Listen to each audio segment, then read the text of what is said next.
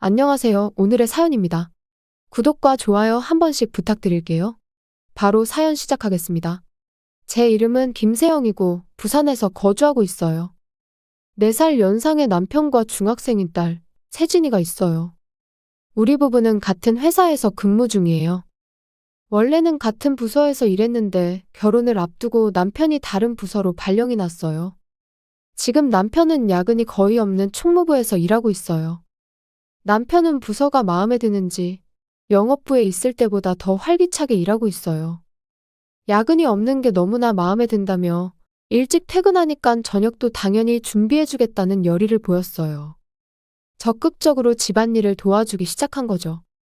지금은 야근이 많은 저보다 요리 솜씨도 청소나 빨래 마무리도 완벽해요. 그런 남편에 대해 사춘기에 접어든 딸은 아빠가 해주는 밥이 더 맛있다며 남편을 피하는 법도 없고 사이좋은 부녀지간이에요. 오히려 제가 일찍 퇴근할 때면 아빠 밥 먹고 싶은데 오늘은 엄마 밥 먹어야 하는 거냐며 장난도 치며 사춘기 특유의 건방진 태도도 보이기도 해요.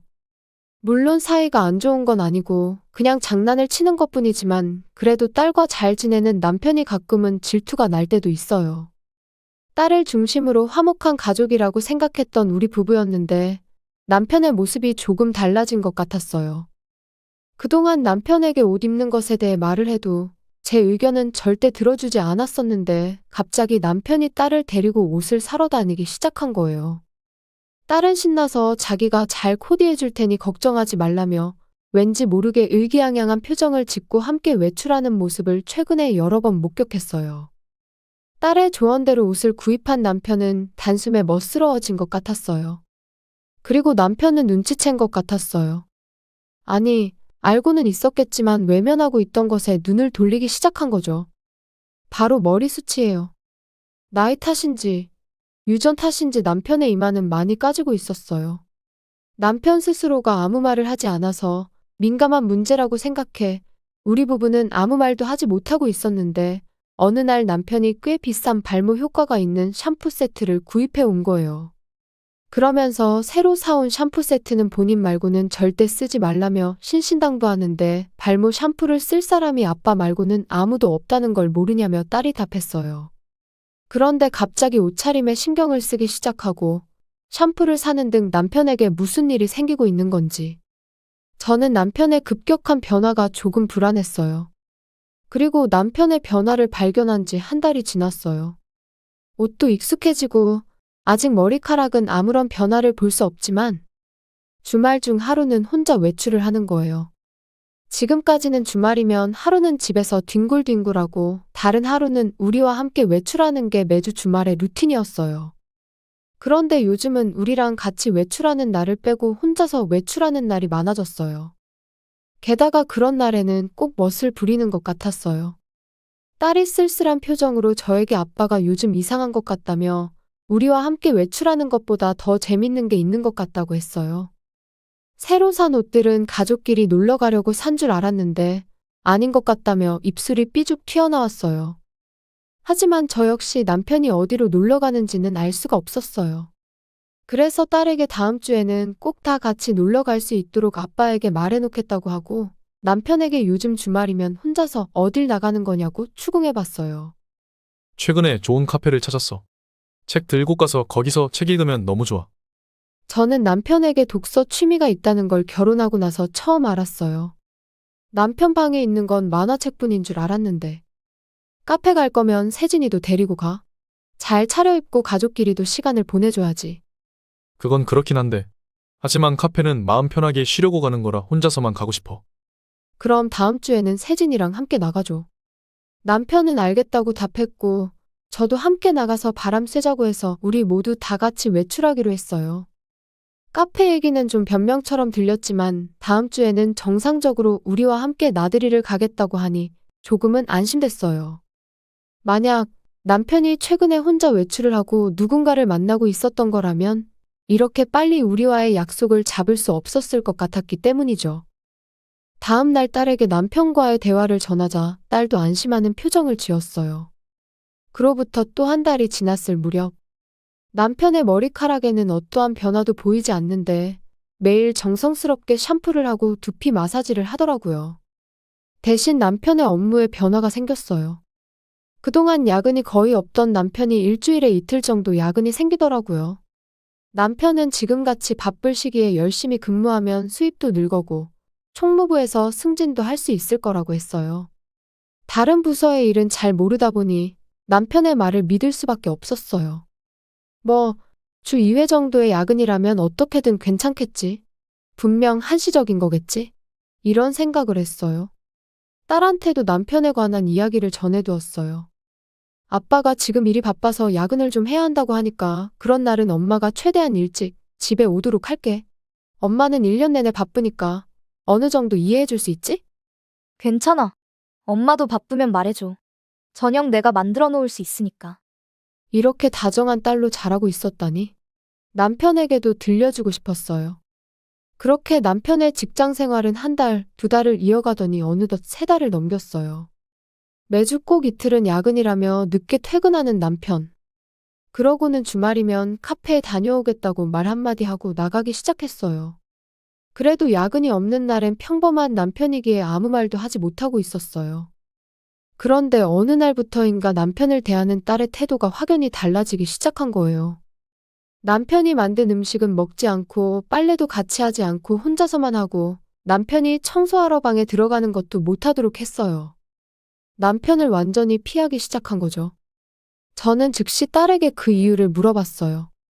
지금은 말하고 싶지 않아요. 저한테도 말하고 싶지 않은 것들이 있다고요. 라며 이유를 말해주지 않았어요. 사춘기의 시작인가? 아니면 다른 이유가 있는 건가? 저는 구분할 수 없었고 잠시 지켜보기로 했어요. 그런데 어느 날 평소처럼 남편이 야근하는 날이었어요. 저는 오늘 해야 할 일을 무사히 마무리하고 정시에 퇴근하려고 했는데 그날따라 상사가 급한 일이라며 저에게 일을 떠넘기는 거예요. 그래서 어쩔 수 없이 상사가 부탁한 일을 처리하기로 했어요. 딸에게는 늦을 것 같다고 미리 말해두었고요. 정말 미친 듯이 일을 처리하고 퇴근 시간을 1시간 지나 겨우 일을 퇴근할 수 있었어요. 그리고 집에 도착해 현관문을 열고 복도로 들어서니 알몸으로 머리에 피를 흘리며 쓰러져 있는 남편이 보였어요. 저는 갑작스러운 광경에 너무 놀라 입이 다물어지지 않았어요. 그때 제가 돌아온 걸 알아차린 딸이 저를 보고선 일하느라 수고 많았다며 저보고 오늘 저녁은 뭐냐고 묻는데 마치 남편은 보이지 않는 것처럼 저에게 말을 걸었어요. 세진아, 지금 무슨 일이야? 빨리 구급차 불러. 이미 너무 늦었는데 안 불러도 되지 않을까요? 딸이 이렇게 말했지만 남편은 아직 숨을 쉬고 있는 것 같았어요. 제가 폰을 꺼내 버튼을 누르려고 할 때 밑에서 목소리가 들렸어요. 남편이 살려달라며 자기 두피 좀 어떻게 좀 해보라는 거예요. 아직 늦지 않아서 머리 살릴 수 있다고 말하는데 도통 무슨 말인지 이해가 안 갔어요. 제 머릿속에 의문이 계속 떠오르자 딸이 제 손을 잡고 거실로 데려가 재밌는 거 보여주겠다며 남편의 폰을 보여줬어요. 거기에는 믿고 싶지 않은 진실이 저를 기다리고 있었어요. 거기에는 남편과 어떤 여자가 주고받은 메시지가 있었어요.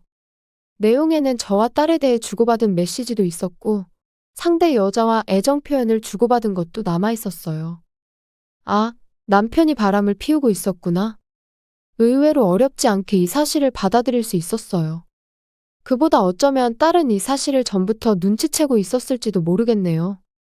딸은 제가 야근으로 늦게 퇴근할 때 남편의 폰에 메시지 알림이 오는 걸 우연히 봤다고 해요. 비밀번호는 딸 생일로 해뒀던 터라 쉽게 볼 수 있었던 거죠.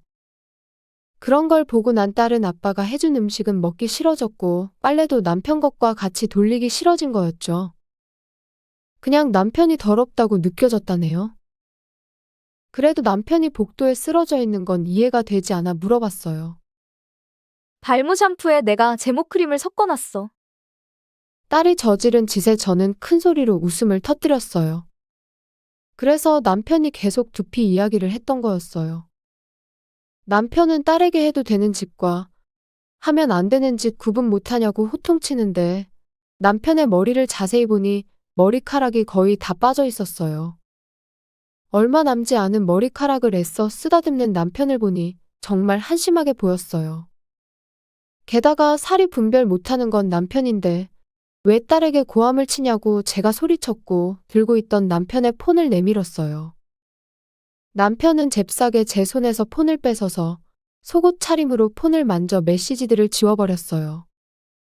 그러자 뒤에서 웃는 소리가 들리는데 딸이 이런 거 다 예상되는 행동이라며 처음부터 똑바로 행동했으면 이런 일도 없었을 텐데 라며 이미 메시지들은 다 사진 찍어서 저와 할머니 폰으로 전송해놨다고 했어요. 시어머니에게 사진을 보냈다니 남편의 앞날이 어떻게 될지 기대됐어요. 참고로 남편의 출혈은 이미 멈췄더라고요. 제모 크림이 들어있는 샴푸를 사용하다가 머리카락이 많이 빠지는 거에 놀라 발을 헛디뎌 욕조 모서리에 머리를 부딪힌 거였더라고요.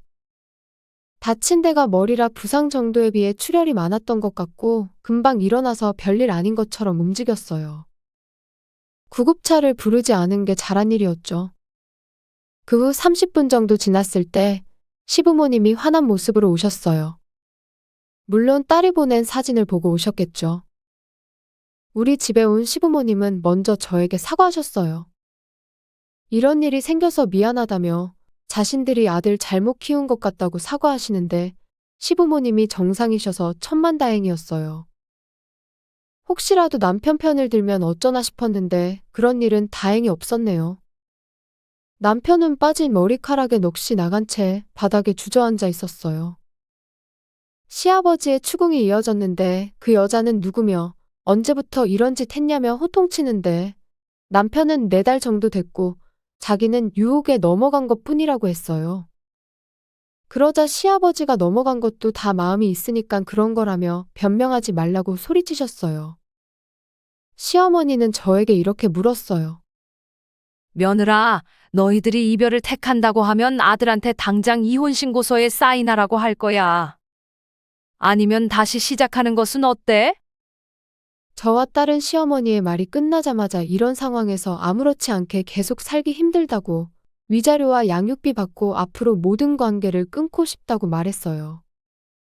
저와 딸의 결심을 들은 시어머니는 혹시나 해서 챙겨온 이혼 신고서가 있다며 저에게 서명하라고 했고 마땅히 의견을 존중한다고 했어요. 그런데 그걸 보던 남편이 소리를 질렀어요. 잠깐만요. 제 의견은 어떻게 되는 거예요? 저는 헤어지자는 말 한마디도 하지 않았어요. 남편은 이 지경에 이르러서도 헤어질 생각이 없다고 말하는데 저는 더 이상 남편과 대화할 엄두가 나지 않았어요. 다행히 시어머니가 남편의 주둥이를 손으로 찰싹 때리며 조용히 하라고 했고 남편은 여전히 뭐라고 말을 하는 듯 했지만 시부모님이 강제로 남편을 데리고 나갔어요. 그 후에 남편은 이혼에 대해 계속 불평했지만 시부모님의 설득으로 무사히 이혼이 성사되었어요. 위자료, 양육비 모두 제가 제시한 금액을 전액 지급하기로 합의했고요. 참고로 바람을 피운 상대는 같은 회사에 다니고 있었는데 바로 회사를 그만두었다는 소문이 들렸고 남편은 위자료와 양육비 때문에 아직 회사에 다닌다고 하네요. 바람 피웠다는 소문이 금방 퍼져 일하기 힘들 텐데도 참 독한 사람인 것 같네요. 그리고 한 가지 더 이야기할 건 제모크림으로 사라진 남편의 머리카락이 전혀 자라지 않고 있다는 거예요. 저는 이게 딸의 저주라는 생각이 들어요. 정말 상상만 해도 꽃이네요. 딸과 저는 새 아파트를 얻어 이사했어요. 딸이 집안일도 도와주고 해서 잘 적응하며 행복한 시간을 보내고 있어요. 시부모님과도 주기적으로 연락 주고받고 있고 고민이 있을 때면 상담도 받고 있네요. 딸에게 아빠가 없는 만큼 외롭지 않도록 애정을 듬뿍 담아 앞으로 친구 같은 엄마가 돼 주도록 최선을 다해보려고 합니다. 시청해주셔서 감사합니다. 그럼 다음 영상에서 다시 뵙겠습니다.